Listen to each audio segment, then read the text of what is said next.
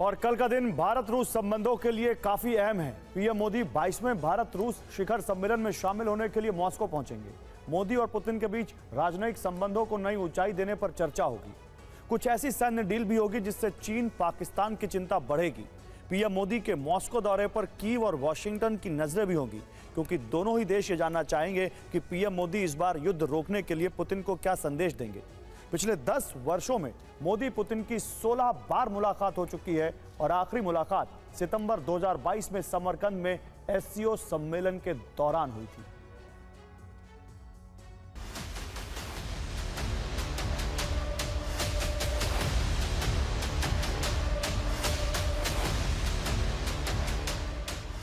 Moscow और दिल्ली, भारत रूस की दशकों पुरानी मजबूत दोस्ती का एपिसेंटर। यहाँ जब भी दोनों देशों के वर्ल्ड लीडर एक दूसरे से हाथ मिलाते हैं, गले मिलते हैं, साथ में कदम ताल करते हैं और द्विपक्षीय वार्ता के लिए आमने सामने बैठते हैं, तब दुनिया की नजरें अपने आप ही यहाँ की तमाम हलचलों पर टिक जाती हैं।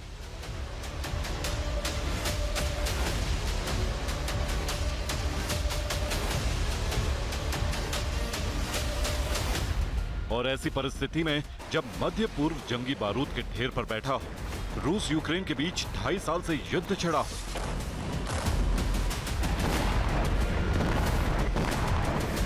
अलग अलग वॉर फ्रंट के कारण दुनिया 2 हिस्सों में बंट चुकी हो, रूस अमेरिका का दुश्मन नंबर 1 बन चुका हो और वैश्विक पटल पर पुतिन पश्चिम से कट चुके हैं।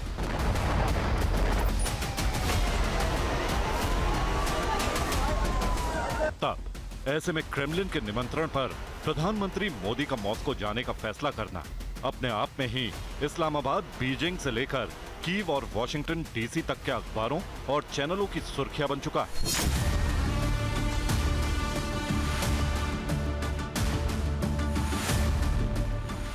भारत और रूस के रणनीतिक संबंधों को नई ऊंचाई देने के लिए पीएम मोदी मॉस्को पहुंचने वाले हैं।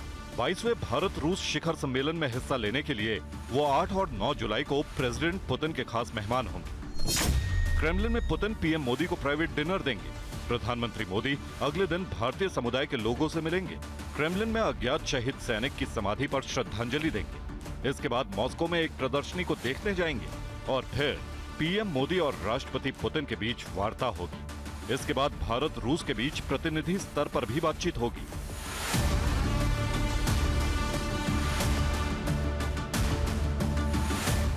खबर है कि पीएम मोदी और पुतिन की बातचीत के केंद्र में यूक्रेन युद्ध होगा। यूक्रेन संघर्ष के कारण वैश्विक पटल पर बदलते हालात चर्चा के केंद्र में होंगे। इसके अलावा दोनों लीडर्स के बीच रूसी सेना की सेवा में गुमराह किए गए भारतीय नागरिकों की शीघ्र रिहाई का मुद्दा भी उठेगा। Not correct for me to prejudge what the two leaders would speak about, except to say that issues of regional and global importance would constitute an important element of the conversations.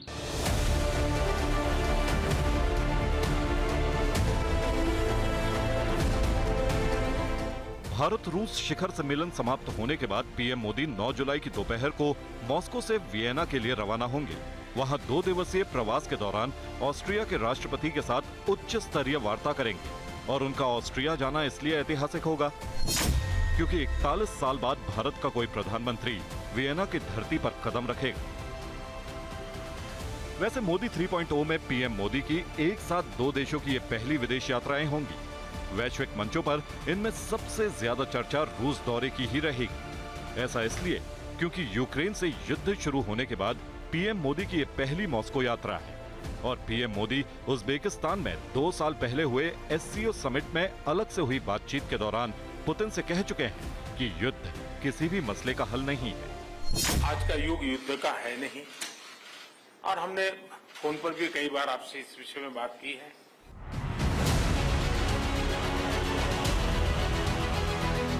ऐसी खबरें हैं कि इस दौरान PM Modi और राष्ट्रपति Putin कुछ अहम सैन्य समझौते करेंगे। हथियारों की डील ऐसी होगी जो दुश्मन के सीने में कील जैसी चुभेगी। इसका पराक्रमी ट्रेलर पीएम मोदी के मॉस्को दौरे से पहले ही दिख गया। पुतिन की ओर से भारत को बड़ा तोहफा मिला है।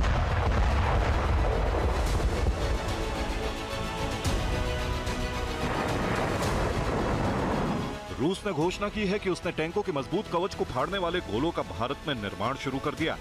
भारत और रूस के बीच जिस घातक गोलों को लेकर डील सील हुई, उसकी खासियतें जंग के मैदान में गेम चेंजर साबित होंगी। असल में इस विध्वंसक रूसी गोले का नाम मैंगो शेल है, यानी mango armour piercing tank rounds. ये टैंक भेदी गोले होते हैं, दुश्मन के किसी भी ताकतवर टैंक में छेद करने की शक्ति रखते हैं और भारतीय सेना के T-72 और T-90 टैंकों से ये गोले दुश्मन के टैंकों पर दागे जा सकेंगे। भारत में मेक इन इंडिया के तहत इन गोलों का उत्पादन रूस की सरकारी कंपनी रोस्टेक कॉर्पोरेशन शुरू कर चुकी है। भविष्य में इसके बारूद भी भारत में ही बनाने की योजना है। ये गोले जंग के मैदान में काम कैसे करेंगे, इसका ये एनिमेशन वीडियो देखकर अंदाजा लगा सकते हैं। इन रूसी मैंगो शेल से T-90 हंटर किलर की ताकत कई गुना बढ़ जाएगी। T-90 रूस का मुख्य युद्धक टैंक है। रूस से जब ये टैंक भारत को मिले तो नाम बदलकर भीष्म रख दिया गया। 125 मिलीमीटर स्मूथ बोर गन से लैस और गोलों के साथ साथ मिसाइलें दागने की क्षमता। और जब भारतीय T-90 टैंक को मैंगो शेल्स की पावर मिलेगी, तब समझिए कि रेगिस्तानी सरहद से लेकर लद्दाख तक यही भीष्म चीन पाकिस्तान के टैंकों का काल बन जाएगा। मोदी पुतिन की मुलाकात से ठीक पहले भारत और रूस सैन्य संबंधों में एक और इतिहास रचा जा चुका है। ये AK-203 है, क्लाशनिकोव सीरीज की सबसे advance assault rifle, range 800 metre, जो दुश्मन को दूर से ढेर कर सकती है। ऑटोमेटिक और सेमी ऑटोमेटिक मोड पर चलने वाली AK-203 राइफल का एक्शन आमने सामने की जंग में दुश्मनों पर कई गुना भारी पड़ेगा। खबर है कि भारत और रूस के जॉइंट वेंचर के तहत ये राइफल बनाई गई और रूस ने ऐसी 35,000 राइफल्स भारत के रक्षा मंत्रालय को पीएम मोदी के मॉस्को दौरे से ठीक पहले सौंप दी है। भारत और रूस की सैन्य साझेदारी दुनिया में सबसे बेजोड़ है। 35,000 AK-203 असॉल्ट राइफल हिंदुस्तान को हैंड ओवर होगी। इसकी रेंज 500 से 800 मीटर होती है और 1 मिनट में यह 700 राउंड फायर करता है। इसका वजन सिर्फ 3.8 kg है। रूस से हासिल सैन्य हथियारों पर नजर डालें तो इसमें S-400 missile air defence system से लेकर कामोव हेलीकॉप्टर और मिग विमान तक शामिल है। और पीएम मोदी जब मॉस्को दौरे पर होंगे तब रूस के सबसे विनाशकारी हवाई योद्धा को भारत लाने पर चर्चा छिड़ सकती है। भारत रूस में सुखोई 57 की डील पर बातचीत आगे बढ़ सकती है। सुखोई 57 दुनिया के 10 सबसे खतरनाक लड़ाकू विमानों में से दूसरे नंबर पर आता है। 5th जनरेशन का स्टेल्थ फाइटर जेट है। रूस बरसों से इसे भारत को देने की इच्छा रखता है। भारत के साथ मिलकर संयुक्त निर्माण करना चाहता है। हालांकि सुखोई 57 की इंजन टेक्नोलॉजी, रडार सिस्टम और इलेक्ट्रॉनिक वॉरफेयर की क्षमता को लेकर भारत की अपनी चिंताएं भी हैं। हालांकि जानकार मानते हैं कि मोदी पुतिन की इस मुलाकात में सुखोई 57 पर उठी भारत की चिंताओं को क्रेमलिन की ओर से दूर करने का प्रयास किया जा सकता है। अगर हिंदुस्तान की एयरफोर्स को ये जहाज मिलता है तो वास्तव में हिंदुस्तान की एयरफोर्स जो है क्वालिटेटिवली चाइना की एयरफोर्स से बहुत आगे चली जाएगी। वैसे पीएम मोदी का मॉस्को जाना पुतिन के लिए भी संजीवनी साबित हो सकता है। यूक्रेन युद्ध के कारण दुनिया में अलग थलग पड़ चुके रूसी राष्ट्रपति के लिए मोदी का वहां होना बड़ा मोड़ साबित हो सकता है। पीएम मोदी की इस यात्रा से दूसरे देश के नेताओं, खासकर ग्लोबल साउथ के नेताओं के लिए भी ऐसा करने का रास्ता खुल सकता है और अमेरिकी दबाव के बावजूद रूस से संबंध मजबूत करने का अवसर मिल सकता है। और देश के कई राज्य आसमानी आफत से परेशान हैं। पूरब हो, पश्चिम हो या फिर उत्तर, पहाड़ से लेकर मैदान तक मुसीबत बरस रही है। मॉनसून की शुरुआती बारिश में ही बाढ़ जैसे हालात हैं। अकेले असम में 25 लाख लोग सड़कों पर आ गए। उत्तराखंड में 4 धाम यात्रा रुक गई। बिहार में नदियां उफान पर हैं तो नेपाल से चीन तक हाहाकार मचा हुआ है। जुलाई में यह हाल है तो आने वाले दिनों में इसका क्या हाल होगा, अंदाजा लगाना मुश्किल नहीं है।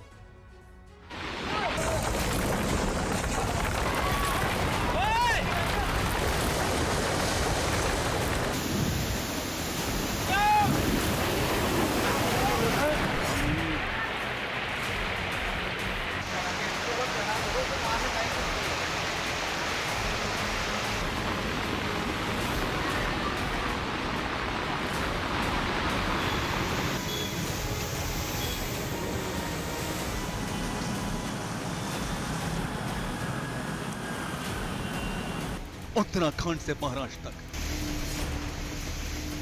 असम से यूपी बिहार तक,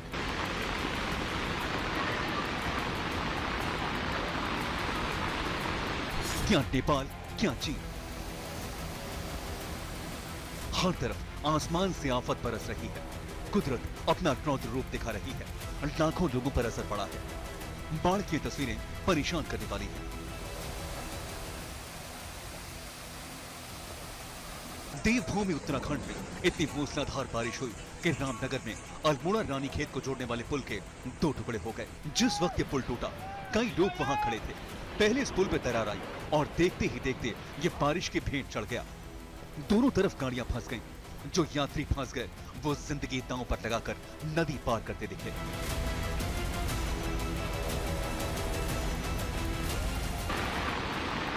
हल्द्वानी में भारी बारिश के बीच रक्सिया नाले के तेज बहाव में बाइक सवार फंस गए। तेज धार की वजह से वो बाइक नहीं संभाल पाए और पानी में गिर गए। गनीमत रही कि पास मौजूद लोगों ने उन्हें बचा लिया।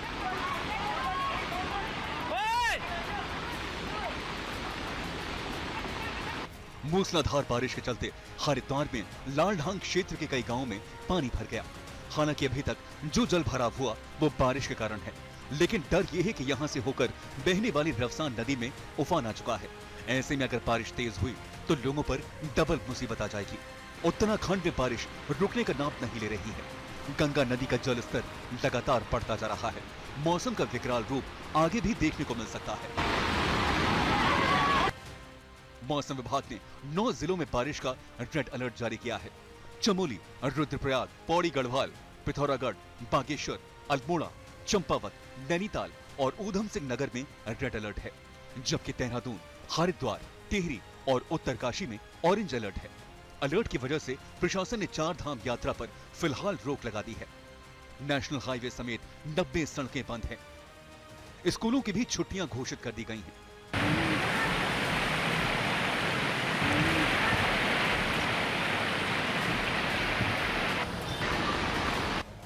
उत्तराखंड के पड़ोसी राज्य उत्तर प्रदेश के कई इलाके भी बाढ़ और बारिश से जूझ रहे हैं। इटावा में हल्की सी बारिश में रेलवे अंडरपास में स्कूली छात्रों को ले जा रही बस पानी में फंसकर बंद हो गई। आसपास मौजूद लोगों ने बस को धक्का लगाकर किसी तरह पानी से बाहर निकाला।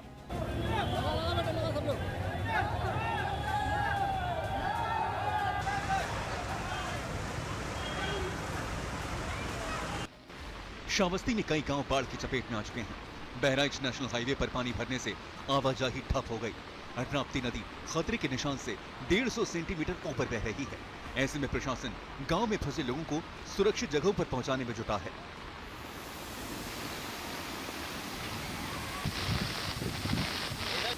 यूपी के बलरामपुर में भी राप्ती नदी खतरे के निशान से 30 सेंटीमीटर ऊपर पहुंच चुकी है। यहां के 2 दर्जन से ज्यादा गांव पानी से लबालब हैं। प्रशासन का कहना है कि नेपाल के कुसुम बैराज को खोलने की वजह से राप्ती का जलस्तर लगातार बढ़ रहा है। बाढ़ और बारिश की मार से महाराष्ट्र भी अछूता नहीं है। मुंबई के पास ठाणे में भारी बारिश से कई गांव डूब गए। सड़कें जलमग्न हो गईं। दुकानों के अंदर तक पानी घुस गया। ठाणे में भारी बारिश के कारण भारंगी नदी में बाढ़ आ गई। आसपास के निचले इलाके डूब गए। घर और मकान भी डूब गए। हालात इतने बिगड़ गए कि एनडीआरएफ को मोर्चा संभालना पड़ा। रेस्क्यू ऑपरेशन के जरिए लोगों को सुरक्षित निकालना पड़ा। ठाणे में एक 2 मंजिला इमारत भी गिर गई। इस इमारत को खतरनाक घोषित किया गया था, जिसकी वजह से खाली थी, वरना बड़ा हादसा हो सकता था। बारिश ने नवी मुंबई के लोगों को भी परेशान किया। तेज बरसात के चलते निचले इलाकों में पानी भर गया। सड़कों और हाउसिंग सोसाइटी में पानी जमा हो गया। मौसम विभाग के मुताबिक अभी बारिश से राहत मिलने की उम्मीद भी नहीं है।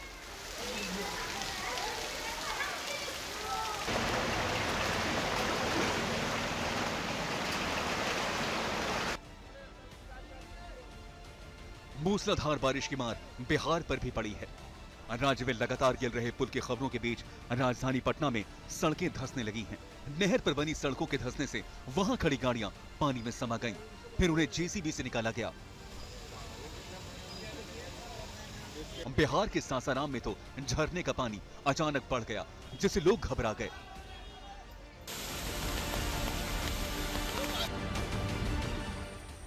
बाढ़ की वजह से सबसे बुरा हाल असम का है। वहां से आ रही तस्वीरें चिंता बढ़ाने वाली हैं। हालात बिगड़ चुके हैं। असम में बाढ़ से अब तक 52 लोगों की मौत हो चुकी है। राज्य में 25 लाख लोगों पर इसका असर पड़ा है। असम के 30 जिलों में बाढ़ से तबाही मची है। असम के कोकराझार में बाढ़ से हाहाकार मचा है। घर डूब चुके हैं। कई इलाकों से संपर्क टूट चुका है। लोग जान बचाकर सुरक्षित ठिकानों की तलाश में जुटे हैं। राज्य के कई इलाकों में ब्रह्मपुत्र नदी खतरे के निशान से ऊपर बह रही है। गुवाहाटी में भी हाई अलर्ट जारी किया गया है। मौसम विभाग ने 9 जुलाई तक राज्य के 16 जिलों में येलो अलर्ट जारी किया है। खुद मुख्यमंत्री हिमंता बिस्वा शर्मा डिब्रूगढ़ में पैदल ही हालात का जायजा लेने पहुंचे। लोगों के घर तहस नहस हो चुके हैं। इंसान तो इंसान, जानवरों पर भी आसमानी आफत टूट पड़ी है। असम का काजीरंगा नेशनल पार्क भी बाढ़ से अछूता नहीं है। वहां हर तरफ पानी का कब्जा हो चुका है। अब तक के आंकड़ों के मुताबिक काजीरंगा नेशनल पार्क में बाढ़ से 114 जानवरों की मौत हो चुकी है।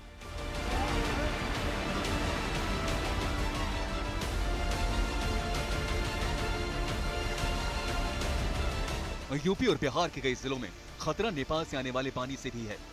नेपाल में हो रही बारिश से बिहार की नदियां उफान पर हैं। नेपाल में भारी बारिश और लैंडस्लाइड से तबाही मच गई है। पहाड़ी क्षेत्रों में भूस्खलन और तराई क्षेत्रों में बाढ़ से जनजीवन काफी प्रभावित हुआ है। नेपाल से 2 तस्वीरें डराने वाली आई हैं। पहली तस्वीर नारायण घाट से काठमांडू जाने वाली पृथ्वी राजमार्ग की है, जहां भारी बारिश के बाद एक ट्रक फंस गया। क्रेन की मदद से निकालने के दौरान जमीन धंस गई और ट्रक गहरी खाई में गिर गया। दूसरी तस्वीर हथौड़ा से काठमांडू मार्ग की है। काठमांडू जाने में दूरी कम होने की वजह से छोटे वाहन इस मार्ग का उपयोग करते हैं। इस सड़क पर भूस्खलन की लाइव तस्वीर सामने आई है। वीडियो में साफ देखा जा सकता है कि लैंडस्लाइड की आहट भर से सैकड़ों यात्री गाड़ी से बाहर निकल आए। देखते ही देखते पहाड़ का कुछ हिस्सा खिसक कर नीचे आ गया और वहां भगदड़ के साथ चीख पुकार मच गई।